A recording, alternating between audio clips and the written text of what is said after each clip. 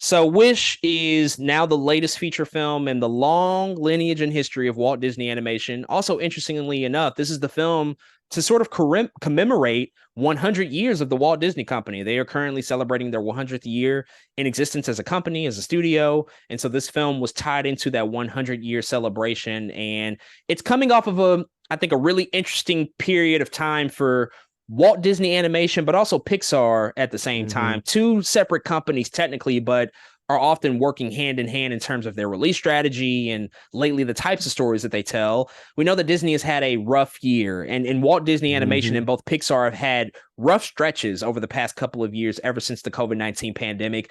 Just financial losses, some box office flops here and there, movies that have largely, I think, missed the mark and not resonated. But they have had still some fair share amount of successes like a Turning Red or an Encanto. Elemental did okay at the box office earlier this year from Pixar. So it's just a really weird time. And so now with Wish, again, sort of being the latest in their feature film animation output, we got a chance to go check this out. And so with all of that out the way, man, I will pass it over to you. What did you think about Disney's brand new film, Wish? I'm sorry ahead of time if wish jokes come out. I really can't help it. I don't know. It's like a, I don't know. It's a pun demon in me. Yeah, I feel like I have to use it. But wish this movie for me feels like Disney said, "All right, how do we make a Disney movie but make it AI?" That's what the like. I feel like they really plugged this movie in to an AI and it spit out this. They had a couple prompts in there. They're like, okay, let's make the main character maybe Afro Latina.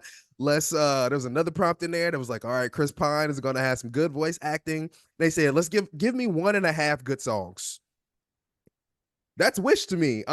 This I really wish. See, here it goes already. I really wished You made it like 2 minutes, my guy. You gotta work harder, bro. Work harder.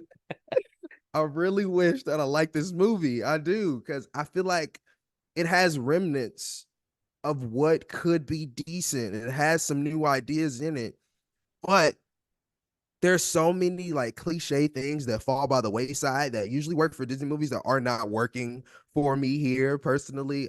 Even one thing Disney does, they always do. They're gonna have a cute talking animal. That's just something they do. The animal in this was not funny. It was like it was cute and still it started talking, and I was like, "You're kind of not cute anymore. Like, what are you here for?" And in fact, it kind of got annoying after a while. And I was like, "Damn, I wish you weren't annoying." I really don't have much to say about this movie, man. It really feels like Disney Chat GPT, and I feel like from Disney, a company that is celebrating 100 years, part of me just thought or would hope that they put a little bit, I guess, more thought and more energy and more everything into making a movie that is going to commemorate their 100. Like the insinuations they're making in this movie is huge. Like this is supposed to be like this movie has so many other quote like Disney movies are supposed to tie into it and give reasons for it, and by the end of it you're like, this can't be it. Like, it's, you really think that this was it? Like, you thought this was your commemoration of your 100th anniversary? I just don't know how they got there, because it didn't feel like that at all to me. Again, there are moments of this I do like. There's a couple songs I was like, "Ooh, I like these songs." I think Chris Pine is doing great work. I think Ariana DeBose is killing it. But a lot of the things I feel like that make Disney movies magical, they don't know the medium anymore. Either they go too off the rails, or they're like holding our hands when they never had to do that before. You didn't have to say, "Look, everybody, Scar is a bad guy." You were just like, "No, he just killed Mufasa." Like, that's a villain. You know what I'm saying? Like, that's exactly what it is. And I feel like they're starting to handhold a little bit more in some of these Disney movies, and it makes for not an enjoyable experience. It's like, we know you're Disney. We know some of this can be for kids, but even as a child, you were smart enough to get it, and now they like act like we don't get it. I don't know. It's kind of weird, but overall, I wish I wanted to like it more. I don't necessarily hate it. I just don't think it's a good movie, if that makes sense. Like, I technically would watch it again because I feel like I missed some stuff, but I just don't think it's a good movie, man. And I wish here it goes again. I can't help it, and I wish that that yeah, Disney just put a little bit more time and effort into an 100-year commemorative movie. This is just not. expectations are always going to be high for Disney, and no matter how bad or good they're doing. If you tell me Disney 100, it better be a good movie, and this movie for me did not perform. So Disney is supposed to be the platinum Tiffany brand of animation. I mean, they essentially ushered in an entirely new era of animation, especially in a feature film format. They were doing it unlike any other studio, any other artist. And what Disney has mostly been successfully able to do their entire run is combine the artistry of just beautiful and gorgeous animation with entertainment. And I think that that's also an important thing that we have to remember, that these things might be gorgeous to look at. They might be cutting edge in their technology, but they're also entertaining. Aladdin is entertaining. Snow White is entertaining. Sleeping Beauty is entertaining. Like, we go back to those stories over and over again because they have entertainment value. So that's Yeah. the formula. That's the alchemy, I think, of Disney movies. You get the artistry and the work of art from just a pure animation standpoint, but you also get the entertainment value from a story, narrative, and character perspective. And so lately, what's been happening with this company and really Walt Disney as a whole, it's pretty baffling to me, the situation that we've ended up in over the past few years, and just how I think mediocre they have gotten as a brand with their output by and large. Of course, there are a few exceptions. I already noted them. There are a couple of movies that I really, really like there. For But these sure. past 3 to 4 years have just been such a slog to get through. And I have no excitement for any of these films anymore because what they're showing is just not to the highest degree of what you would expect out of them. And Wish, despite how I personally feel about it, this is not the movie that they need right now. Like, you need an unequivocal hit on your hands when you're talking about the bad streak that they've had, and also just the fact that this is your 100-year anniversary that you're celebrating with the film. You need something that's going to get people to rally behind that and ultimately praise and have a joyous response to. And Wish is not that movie, unfortunately. Now, with all of that being said, I'm personally not as hard on this movie as others might be. I'm not as down on it just because of a couple of things. And I don't deny that this movie is essentially assembled by committee. This feels like the most cookie cutter Disney movie that you could probably put out, especially in this day and age when people are so smart about tropes and constant things that we see appear in these movies. What I will say, though, is that a small part of me appreciates how old school and traditional it feels in this landscape of Disney and Pixar movies that have nothing old school or traditional feeling about them. I've Yeah. often lamented the fact that too many of these movies lately don't have villains. They don't have coherent storylines about good and evil. A lot of the times, the evil is the internal conflict that the characters are facing. It's these circumstances that they have to overcome, and then you see that they ultimately have a friend that's sort of standing next to them. And by the end of the second act, those two friends come into conflict with one another, and they have to patch up their differences and work together. Like, you can really spot it a mile away at this And they point. And build a house. I really, oh my god, and I really hate that. I really hate that. And what Wish does, it just gives you a hero and a villain that doesn't hide in the shadows, a villain that does not have these ulterior motives that you can't tell, ultimately what he's about. Like, we see pretty early on in this movie, like, this is a bad guy. You're not meant to trust him. And Right. he's going directly against the main character that Ariana DeBose plays. And I was like, oh, that's kind of refreshing. We are throwing back to an era of those Disney enchantment movies, those old school movies where it's just like pretty cut and dry, very simple formula here. This is also a shorter movie than they're typically used to making. It's like just a solid 90 minutes in and out. I appreciated that. I don't need to be in animated movies all that long these days.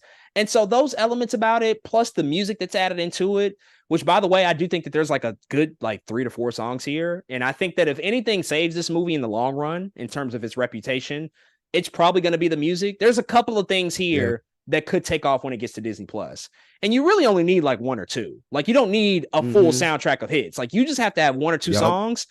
If a little girl or a little boy watches the movie and they like it, oh, you can bet your ass they're going to want to watch that scene over and over and over and over again. And they're going to make their parents turn on Wish over and over and over again.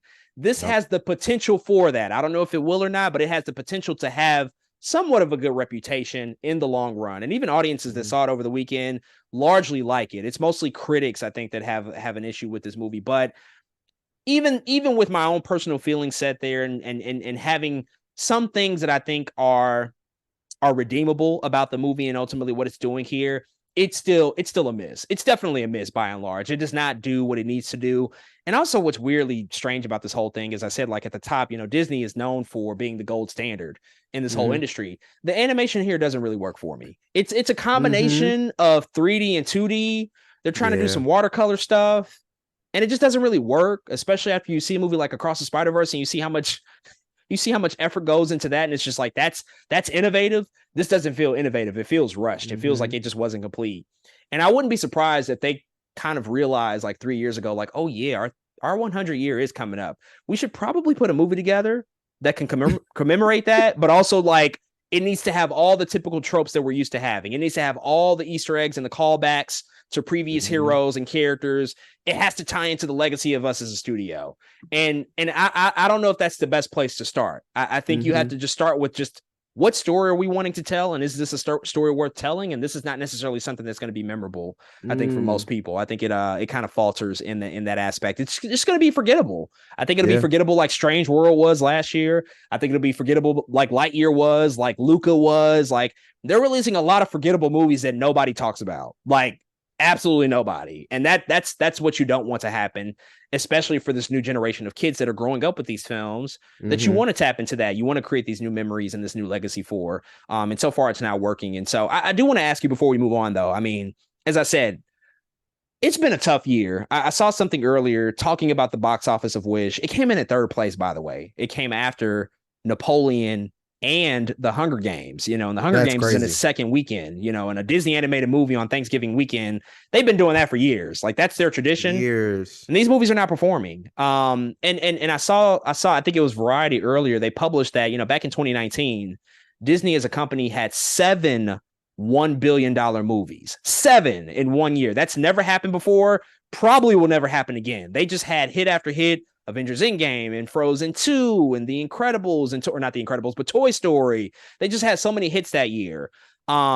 This year they have none. They have had none. And even beyond having none, they have had just unequivocal flops. Like we're talking about a 1-2 punch here between the Marvels and Wish, where this company is going to lose a lot of money because these movies are underperforming.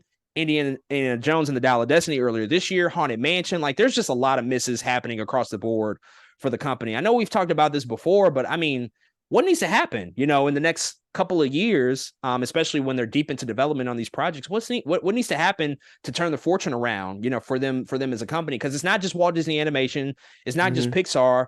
Pretty much all of their brands are suffering massive, massive losses, and in general, I think just disinterest right now from the movie going audience. It has to. It, I think a lot of it comes down to the writing, man. I think a lot of we know something is going to look okay, we know it's going to feel okay, but is the writing there? A lot of the movies that you brought up that they're not winning are they good? A lot of times they just aren't. They just aren't good films. I could see a world. It would be different if like a movie was critically acclaimed and it was like, damn, it didn't do good in the box office. Now what's their problem? But right now it's like you got to put out a good movie first. Like, can we get something that audiences generally like? And that's what it feels like for me right now. I'm like, what do any of us like that has come out in these past years? And that's why next year's going to be so interesting with Inside Out too. They're like, well, time to go back to a sequel to a beloved movie and Inside Out. What can we do there? And maybe that is something they need to do. I feel like Incredibles 3 is around the corner. They are like they're about to start pulling all of these triggers. Toy Story 5 is supposed to be happening, They potentially just like all. announced Frozen 4 and Frozen 3 hasn't even come out yet. It's like, yeah, we're going to get 2 more Frozen movies, How the guaranteed. hell is Frozen 4 in talks and we don't even got a Frozen 3 trailer? Like, what does that even mean? In Frozen 2, I don't even like Frozen 2. Nope. What? There's no villain. What are we doing there? It's just really they're in a weird spot right now. But again, I think it all comes down to they got to stop the money grab. I think a lot of the lessons that me and you have talked about that Marvel is going through currently absolutely and definitely pertaining to Disney as an overall umbrella company, man. It's like, let's get back to storytelling. We understand that y'all want to have this successful movie, put all this money in, all of this, and that, but it has to be a good story. When all of these beloved things that we Disney movies that we love came out, they were just trying to make a good movie. And so I really hope we get back to that, because right now it feels like, all right, we need to put something. We got to put, like, almost like you said, the driving force for this movie felt like, oh, let's put out something for the 3 year. It should have been like, all right, y'all, let's make a really good Disney movie first and foremost.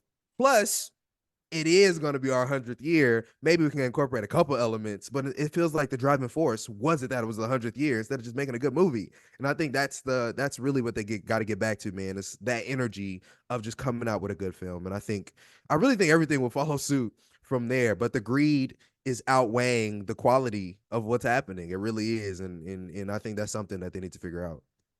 So it's no coincidence. Like I said, 7 $1 billion movies in 2019. It's no coincidence that in November of 2019, at the end of that year, Disney Plus launched. Then the pandemic happened shortly thereafter. We've talked ad nauseum about the effects of Disney Plus and what it's done. And I do think that that is the number one factor in all of this. In addition to what you said, the movies by and large this year have just not been great, just not at all. Like, you can look at all those examples, and I think a lot of the audience would agree, like, some of them are okay, most of them might be forgettable, but they're not like resounding hits or successes to the degree of which they're used to putting out there. But you add that on top of the fact that people will just stay home now, and you have Disney Plus, and people know all of these titles will land on Disney Plus. That's the promise of Disney Plus. Then again, why go? Especially if it's not going to be something that's super memorable anyway. And so they also have to make their films feel like events again. They have to take breaks. They have to do things that'll get people to actually go to the theaters if they expect to make any money.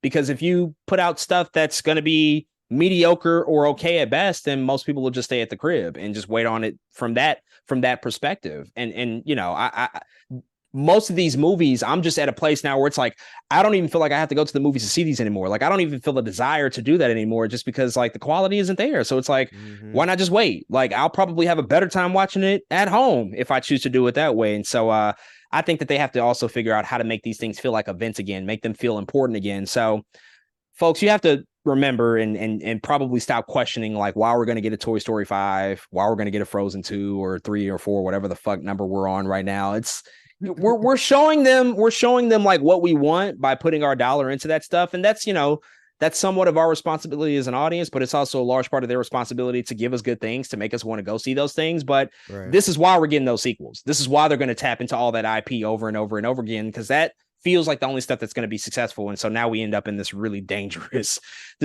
loop that I hope we just don't venture off into for a long time here, but we'll ultimately see. But folks, those are all thoughts on the brand new Disney animated movie Wish. If you've checked out this film, definitely hit us up and let us know what you think.